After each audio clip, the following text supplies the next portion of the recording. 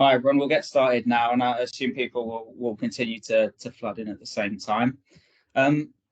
What we're going to do today then is we're going to take you through the management of application fraud within university admissions. We're going to speak about the experiences that we've seen over the past 12 months or more when having visited universities and conducted roundtables and I guess generally increased the knowledge of the types of, I guess, risks and fraud that we've seen over the past 12 months. So to start, obviously, I'm Phil. I'm the Senior Solutions Manager at Qualification Check. Been here about 6 years. As I said, Ben and I have been traveling around for the past 6 months, 12 months, visiting universities, having chats around how each institution is individually dealing with or managing application fraud. And hi, I'm Ben. I work alongside Phil here at Qualification Check as one of our solutions executives. I've been here for 6 months now. And yes, just echoing what Phil had said. Obviously we're here today to discuss the managing application fraud within university admissions. It's good to see some familiar faces, but equally it's good to see some new faces on this webinar as well. So in terms of the agenda this afternoon, we'll go through who Qualification Check are and what we do and our global coverage.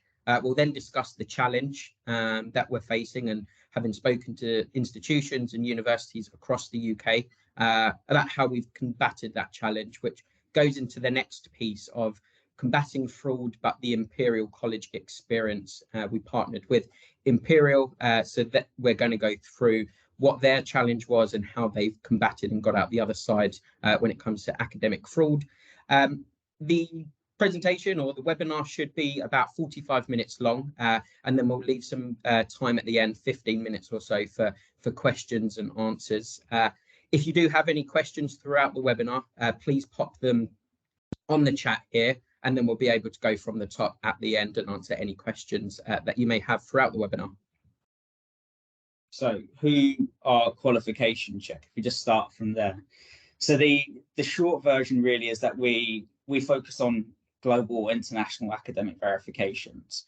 And the core of what we do is always going back to the primary source, to the issuing authority, however you define it, and making sure that we can get 100% accuracy on the authenticity or inauthenticity of academic qualifications, wherever that may be across the world. So currently it's about 190, 195 plus countries, depends on what website you look at. And then there's 50,000 plus institutes that are available there. But the main idea being that it's going to the primary source for each of these and ensuring the accuracy of results that we then receive. So in terms of our solution, we've got a couple of different solutions, but the solution that we'll be discussing in detail today is our global verifications solution. As you can see on the slide here, we've tried to create a solution that is simple, and also that's going to be quick. So it's a 3-step process, which creates fast, accurate, and global verifications. We've partnered with, as I say, a number of universities across the UK and worldwide with this particular solution. And then that goes on to I'm verified wallet solution, which is more associated to what we call our applicant model, which we'll go into detail in the next slide. But essentially, the I'm verified wallet is for applicants to keep beyond their studies. So once they've got their verified qualification credentials, they'll be able to store that in a digital wallet, amongst other things that are going to help them throughout their career. So as well as their degree certificates and verification of that, they'll be able to keep professional licenses, professional certificates, as well as employment references moving forward as well. So Ben touched on the applicant model just before. And just to provide a bit of context as well, because when we're looking at the Imperial experience and where they started to where they currently are now, we'll be referring to that applicant model. So just in short or in brief, the idea behind it is there is a unique link provided to Imperial in this instance or to any institute. Then the applicant uses that link to then go and submit verification or a verification request, which is then sent off to the primary source. As we mentioned, any case that goes through goes to a source. And then at the end, the result is then shared with Imperial or the institute that is using this link. And then the unverified wallet is generated for the for the applicant, so they can have their pre-verified credentials in one place. But again, just for context, so you know what we're referring to when we're talking about the applicant model. So in terms of qualification check, a little bit more about who we are and our global coverage. So Qualification Check have 3 offices across the world. We've got our London office, which is where Phil and I currently are now. And then we've got offices based in New Delhi in India, and Abuja in Nigeria. I guess those 2 particular offices in India and Nigeria are strategically located, typically because a vast majority of the verifications that come through to us are typically within the West African continent and the sub-Indian continent as well. In terms of the demographic and the makeup of those 2 offices, we've got 2 teams in each of those offices. So if I start off with our verifiers, so we've got our verification team. So they're going to be the guys and girls that essentially verify each of those verifications that you put through us. And then with the help of the research team, they'll be able to identify the processes and the people to speak to in over those 50,000 institutions. So what their main priority is any institutions where we haven't necessarily been able to conduct or obtain verifications from previously. Our research team will do their due diligence. First and foremost, they will make sure that the institution is a bona fide and legitimate institution. Once they've got that clarification, they'll then be able to work with that institution, find out or speak to the relevant people and find out what their processes are when it comes to verifying credentials, because that will in turn help with our average turnaround time. So in terms of the numbers below, as Phil mentioned, we've been able to verify from over 50,000 sources across the world, which spans across 190 plus different countries. I think one of the most important numbers here is the fraud rate here. So that's currently, and this is based off last year's numbers. So what we saw with all verifications that came through and put through us was that came back as fraudulent was 4.6%. I would caveat that and take that number with a pinch of salt, because with all verifications, we require consent from each individual. Now that 4.6% coming back as fraud with those students and applicants that consented to have their credentials verified. What we have seen is a number of consent forms handed out for students not receiving those consent forms back, which I would, first of all, would raise a red flag. What are they hiding? Is there potential fraudulent activity there? So without that consent, that fraud rate of 4.6% would be much higher without that consent. And then, as I mentioned before, our research team helps with the research to enable us to have good turnaround times. Our global turnaround time currently is sat at 4.5 days. Like I say to everyone, there's going to be situations where that 4.5 days is going to be significantly quicker. Equally, that average turnaround time may be slightly longer than the 4.5 average from certain nations or countries because of antiquated processes. So in terms of the challenge and what we're here really to discuss with you all today is, the challenge being is the managing application fraud within universities admissions. As Phil mentioned at the top, we've been traveling across the UK for the last six to 12 months, meeting with different partners and universities and discussing this topic. As we've seen from a number and heard from a number of people within these institutions, that it's just something that keeps on coming up and trying to get to the bottom of a solution, which is obviously what we're here to discuss with you today. We've done this on a number of different methods. So as I say, we've gone to visit a number of universities and institutions across the UK. We've hosted previous webinars, such as we are doing today, and we've hosted roundtables as well to discuss this topic. Just whilst we're on the topic of roundtables, we are also hosting a roundtable in our London office next week. Again, this will be an invite for UK universities, and then we'll be inviting a guest speaker of UK Border Force from the North region, just for them to give a bit of an overview of what they're seeing and what they're doing to combat this challenge from a different approach. Yeah, that roundtable next week should be quite interesting, certainly, because we're hearing a lot about obviously wanting to understand the Border Force perspective and obviously conducting the spot checks at airports for those individuals that are coming in on student visas. What we're seeing in terms of the challenge, I guess, broadly across the sector is over the past 2-3 years, predominantly post-COVID, is with this increase in the number of applications of international students, there's been a correlation with the perceived amount of fraudulent applications to study coming into the UK. So the quote that you see here came from the last roundtable. So it was an admissions officer from King's. And what we found interesting when relating it back to that challenge is obviously some institutions will have data banks, applicant logs, or logs of any sort to then track activity of previous applicants. So whether they are genuine applicants, genuine degree certificates, or potentially suspected documents of fraud. But it becomes difficult to then distinguish between the two because applicants won't follow up if there's suspicion of fraud attached to that documentation.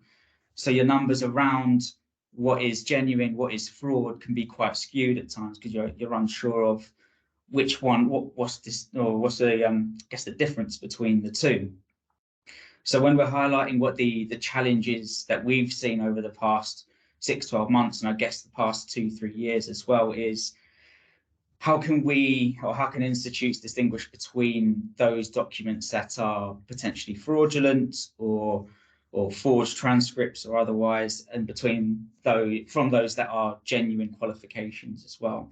But that coupled with the rise in the number of applications and being able to manage staff time accordingly, because as we've seen, a lot of time is being spent on trying to accurately distinguish between the two, and that can make it quite a difficult or challenging job for staff members to maintain the accuracy of what they're finding.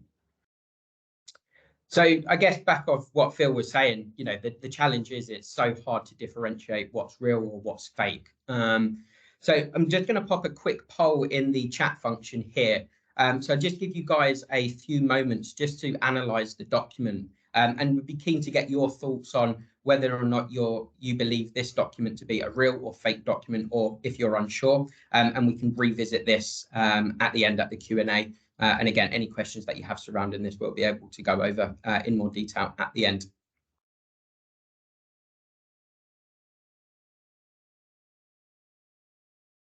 So the next piece that we want to go through is the imperial journey. And see, Ben, you and I were chatting about this before, and obviously having spoken to a number of institutions previously, every university's journey is going to be both incremental and unique for different reasons. You've got different demographics of students coming to your institution. You know how applicants will then apply, or how they'll interact with you as a particular institute as well from experience. But then there's also going to be certain things that apply to you specifically, just internally in terms of the process that you currently have. So it's something to bear in mind that this is one institute's journey, and some of the tips that we're looking at, or that were provided by Imperial, because this is information they provided to us, are useful to take away and discuss internally, but then also plant it against what you're currently seeing internally, just to see how that matches up.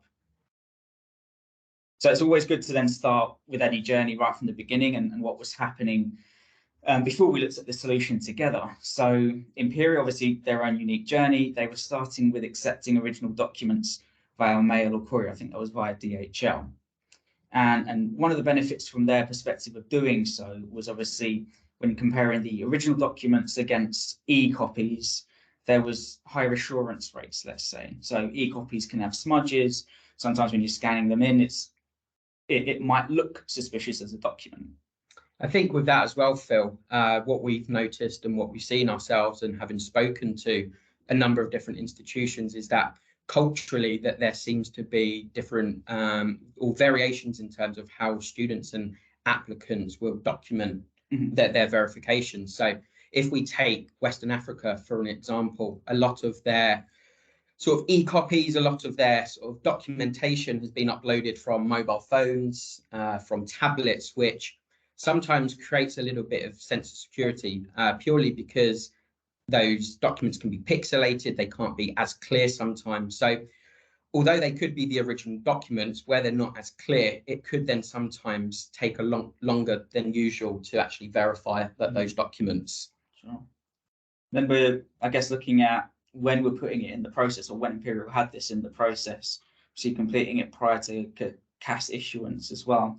So I guess this, obviously having the original document sent in, allowed them to do this at offer stage, because that's when they would typically be receiving the documents. So it helps, I guess, with timings at that point. Then you're looking at whether those documents are harder to falsify or not. And I think that comes back to sort of what I was mentioning there, is where we've seen sort of throughout time, I think fraudsters have become a lot more tech savvy. They've become a lot more creative. So even if you have got what you looks on paper to be the original and real document, it is still harder to falsify nowadays what is legitimate and what perhaps is potentially fraudulent. Yeah, and I guess, according to the conversations that we're having as well with institutes, I guess that ties in with the amount of time being spent at looking into these documents. So what's the stat that we heard previously around? So the stat that we heard around time taken is that it takes admission officers around about 15 minutes per applicant when it comes to having a look at the documentation and deciding whether or not there is any potential fraudulent activity around that particular verification. Yeah, because you'll have, depending on obviously the institute's processes internally, you may have more than one person that's looking at that information. So it may not just be the admissions officers at different points, but you're then getting involved compliance officers too. Yeah. When you're getting closer to issuing CAS numbers before the applicant can then go get their student visa. And if you couple that with, I guess, the amount of applications that universities are now seeing come through, probably as an average, you're looking at between 20 to 40,000 applications per university. Obviously, that's going to differ per university as well, but that's still a significant amount of applications coming through and making it to an admissions officer's desk. So how effective is your time being used when you're looking at documents, or several different people are looking at documents at a time? Absolutely, and I think that's something that you'll probably hear us sort of elaborate and speak about in a bit more detail and keep on coming up further along down the presentation. Is, I think ultimately it comes down to staff productivity and sort of the effectiveness of their time. Obviously, if there is a way to sort of win back some time, then obviously that's going to be fundamental along the admissions process. If we look at some of the sort of limitations, as you were, there are obviously the occasional loss of documents when original documents are being sent by mail or courier. And again, as we alluded to, it's still not going to be 100% proof assurance and bulletproof. Yeah, I think you need to look at the timings as well when you're receiving these original documents. Obviously, caveated that it might not be everyone's process, but if you are, say, looking at them at face value, how is this affecting then late offer making? Because applicants can come in at any point in an admission cycle and apply. It could be 2 weeks from the end of a deadline. So are there processes in place to then help facilitate late offer making and ensuring that those CAS numbers are then issued and applicants can still then be registered to study at the institute come course start date? Absolutely. And I think that the last one as well is, applicants may need those original documents for other purposes, whether or not that's for other applications at other universities and institutions. So again, are you then creating or putting a barrier on those applicants, either applying for your particular institution or other institutions elsewhere? And I think that then comes back to, an applicant journey. You want to make it a seamless process as much as you can for the applicant and create a welcoming and easy process when applying for your university. So when we're looking at the Imperial journey from where they started to where they are now, obviously the key word that we're going to use a lot is incremental, and keywords incremental and unique, because it's going to differ per institute. So in 2019, when we started this journey with Imperial, they began with the applicant model, which we showed you at the beginning, and opened this up as an option to individuals. So running both the original documentation route, so still having that sent to Imperial directly, as well as the other option of having the applicant go and submit the verifications themselves, just to test out and see how that would run and see the applicant experience. 2020, 2021, then they moved on to a funded model again. It was ultimately down to them and seeing what kind of options, what kind of solution best fitted them and that was for all overseas degree verifications. Then in 2022 and 2023, where we are right now, again, deciding to stick with the funded model, and this time for all degree verifications. I think this including UK as well. So that journey, again, incremental. It's going to be different for every university, but it's just seeing what we'll go into is the logic behind why they move from one to the next. So yeah, as Phil sort of mentioned, Imperial started their journey with Qualification Check in 2019. And again, as we've alluded to, at that time, they didn't have a budget or a non-staff budget to incorporate the funded model, which is why they initially started off with the applicant model, as we've discussed. We then worked with Imperial to create a solution that works best for them in terms of their process, but trying to make sure that we're still saving staff time and efficiencies and productivity, but equally making sure that the applicant journey is as seamless as much as we could. So as I say, we worked with Imperial and we created and developed a bespoke Imperial portal for their verifications via Qualification Check. So we created a co-branded portal, which we can do with any other institution. Again, that goes back to creating a good applicant journey. So the applicant will never feel that they're steering away from applying at your particular institution. And as you can see from the portal screen grabs that we've got here, that there's a few different things in which you can incorporate into the portal. And again, you can customize this as much as you want to what's going to work best for your institution. So Imperial, for example, they decided that they wanted to be able to split out all the verifications and applicants via faculty. Again, you can do so if your university works in that manner. If not, there's other options in which we can do. And then we created a few different subfolders, as you can see from the top. So we have our completed, we have our pending, and we have our archived folders, and all the applicants, so you can view them at once as well. And again, it's just making sure that the portal was being able to be used to its full functionality by Imperial, but equally making sure that it's going to be easy enough to use for the applicant as well.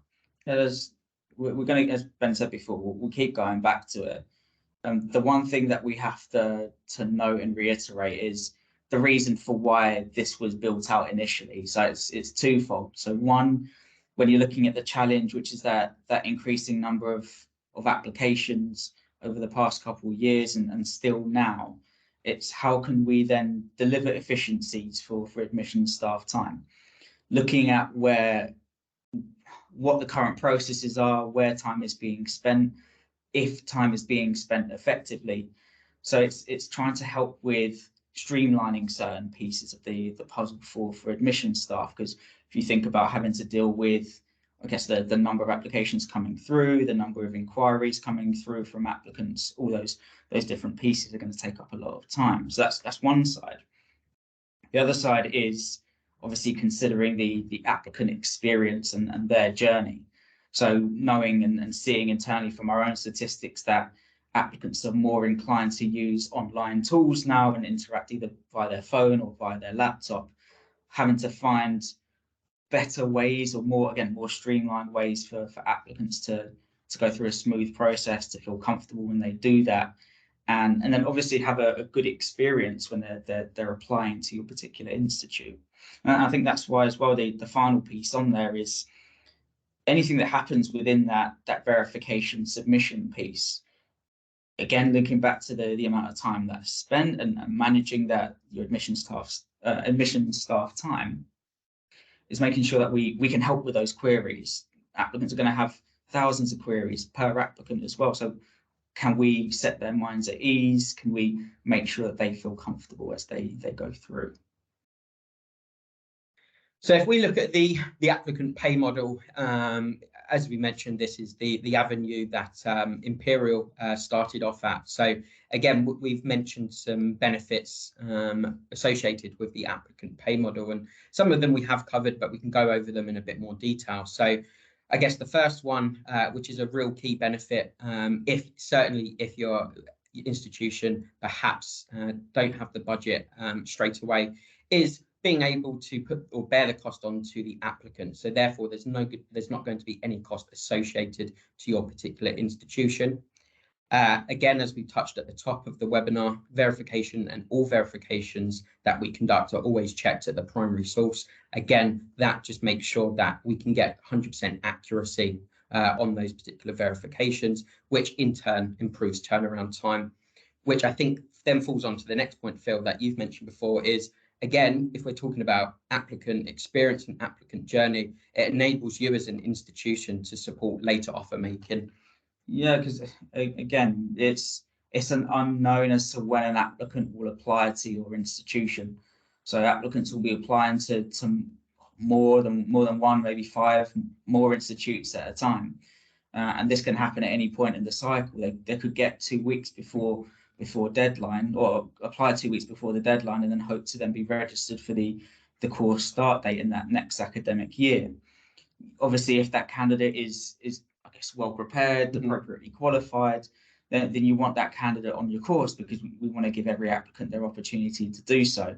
So it's how can we then put in place that process to help facilitate that, and again provide that modern, better applicant experience that it says there as well. But I guess the point being, when we're looking at it from that perspective, is pushing the onus back onto the applicant to then do that.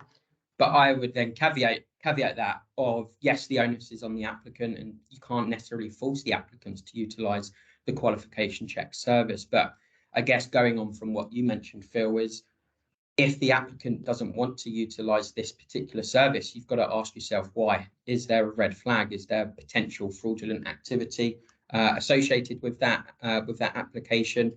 And then you've then got to also question, how serious is this particular student that wanted to come and study at your institution?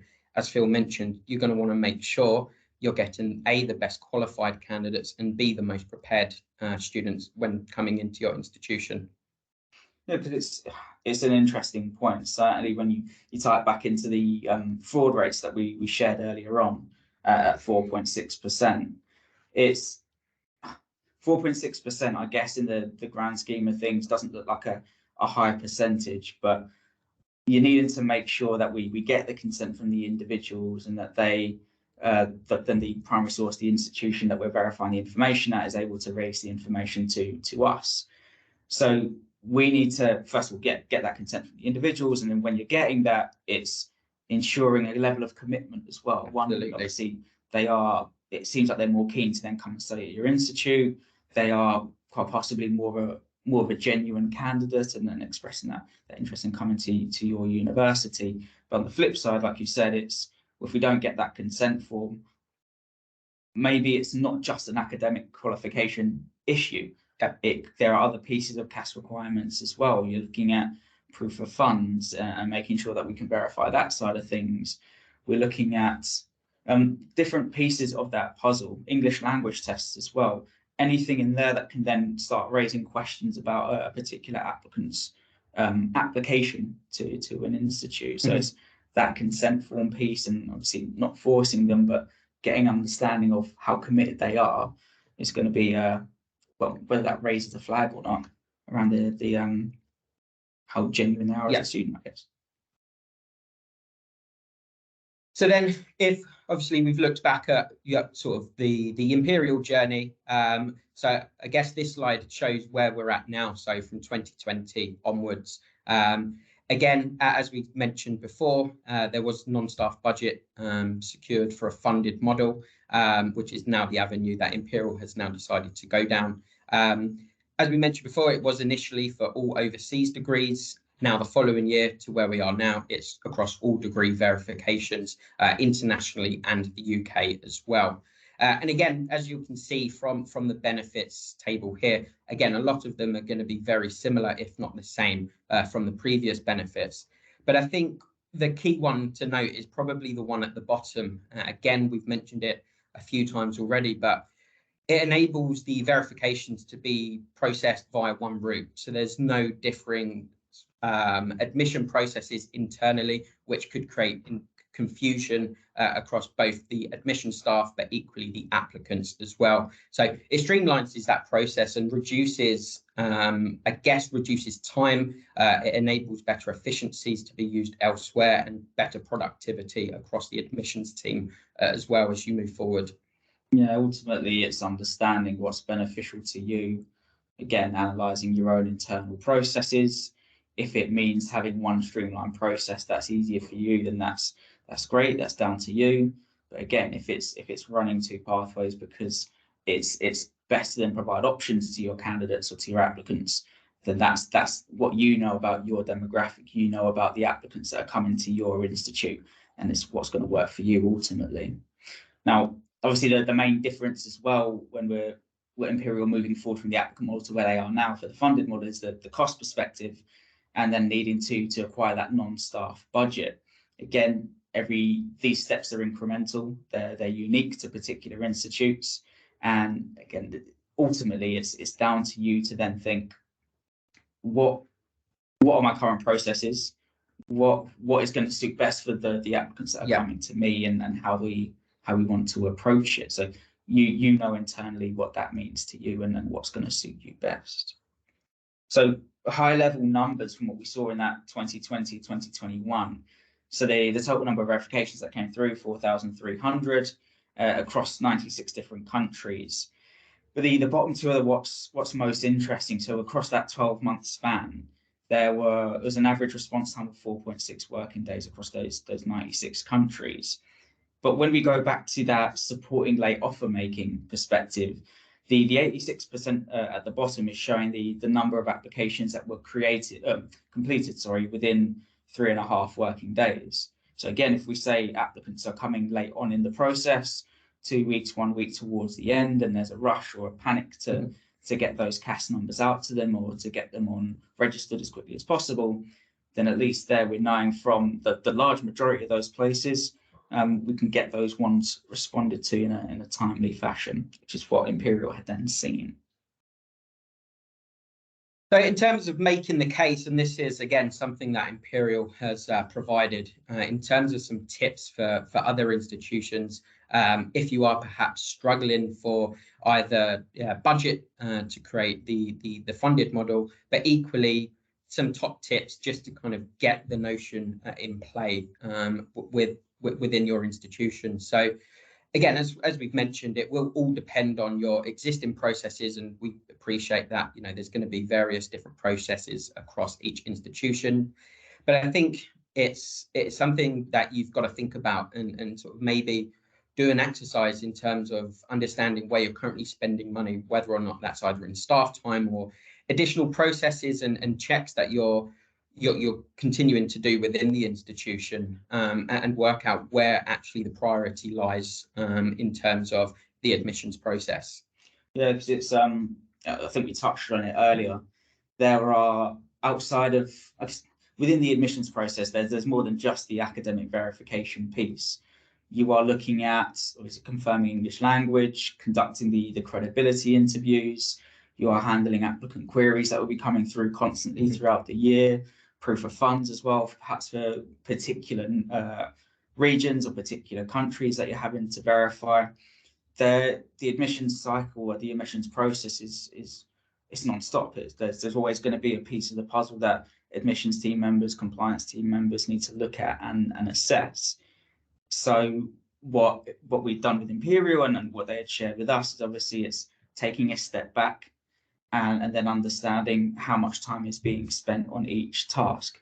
So then you know where to deliver those efficiencies and make sure that you're able to then either accurately detect fraud in certain areas or make sure that those genuine applicants, the ones that are well prepared, the ones that are appropriately qualified, are the ones that actually come through to then study at your institute. And then I think one of the last piece of in terms of some of the tips is, you know, if the budget can't be supported, it is having a conversation with not necessarily just senior leadership, but with the whole admissions team and making them aware of the current risks and the risks of not perhaps having something in place, because ultimately that could perhaps have a negative effect on your institution moving forward, if of course some admissions slip through the net. Yeah, you've got to, as a team, you're right. Actually, as a team, you've got to ask yourselves that question. Your admissions officers will deal with this day to day. They see this. So what are you trying to eliminate? Do you believe that the existing process at the moment is robust enough? Do you believe that you're stopping fraud or detecting fraud at different points in the process? And then on top of that, do you think that everyone within the process, from I guess recruitment to admissions to compliance, everyone involved within the process, that they are aware of the risks that they're attached with academic fraud, or just fraud, I guess, across the whole admissions process? And I think that leads us on nicely to our next slide, and that's, making the case, or the cost of not. So I think, again, as we've touched on, it's a huge impact on academic staff time. Can their efficiencies and productivity be streamlined elsewhere?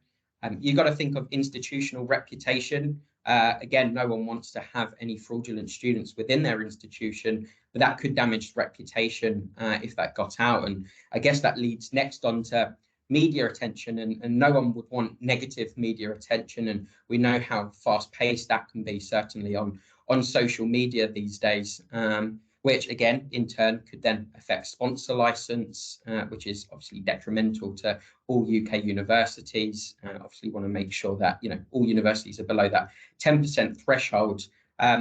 But again, this is all the cost of not of potentially having fraudulent students within your institution. And again, it will affect your alums, either past, present, or future alum. Again, you want to make sure that you've got the most well prepared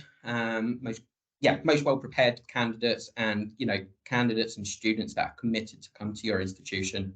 Yeah, the alumni one is interesting. When having spoken to Imperial about it, it's, I guess, the alumni and attached with the media attention, with the power of social media at the moment. What you're wanting to make sure is that, again, past or present or future potential applicants have a positive experience when they come to the institute, and that starts with going through the admissions process as well. And we know the power of word of mouth, which is if someone has a good experience when they come to study, and a good admissions process, others will want to come and follow as well. Yeah. It's just the way that the world works.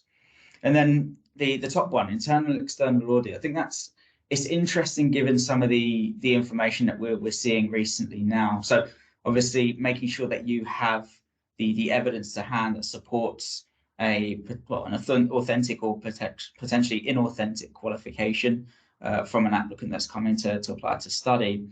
Well, when you're supplying that information to UKVI, so you can then get the CAS numbers and the student visas. But then again, from a border force perspective, so these applicants potentially from higher risk areas that are being detained at the border simply because they come from certain areas. And when you do receive that call from border force, having the ability to then show the evidence or the audit trail that, okay, this is what we've done, this is a genuine applicant that's come through and is here to study at our institute. So no budget doesn't have to mean the end of the road. As we mentioned, that there's various processes which you can go down where, budget doesn't have to mean a no. So as Imperial mentioned, their own journey was incremental, starting with the applicant model and then slowly transitioning into the fully funded model themselves. There are other options in which you can do. Again, there's options to part funder model, so pay a particular percentage of the fee and bear the rest onto the applicant. I know some institutions will have an administration or application fee. So is there potentially a way that you could incorporate the cost of the verification into that particular application fee? But you don't also have to do this for every single applicant. And again, as Imperial had showed, you can start off by high risk markets, and typically what we see, those high risk markets or high risk countries typically tend to be the ones that are highlighted by UKVI. We can certainly set up verifications from those particular regions until you're comfortable and confident enough with those particular regions, and then branch out across the rest of the globe, which can then also in turn, if there are particular or new markets that you are potentially looking at, again, this could create an extra barrier when researching those markets. Yeah, I guess the final thoughts before we move on to the Q&A is reiterating, it's thinking about your current processes and internally. you know where you're seeing a high amount of applications coming from. We know there are particular parts of the UK or other countries as well where you might see a higher number from a particular demographic. So that might be where you want to focus your attention in terms of verifications. But ultimately, it's you know what's going to suit you best. You know what's going to help your admissions staff. You know what's going to be a good experience for your applicants as well, and making sure that they enjoy the process, and when they get into the institute, they're looking forward to it because they've gone through something that's easy for them to understand. So this is the part, obviously, if you've got any questions for us at this stage, do let us know. If you don't want to post any questions in here, obviously just drop us an email. Happy to then respond to your questions that way. But we'll open it to everyone else if you don't have any other points, Ben. No, I think, yeah, as Phil mentioned, any questions, more than happy to answer them now. Equally, yeah, we can arrange an offline meeting and go over them with yourselves. Thanks.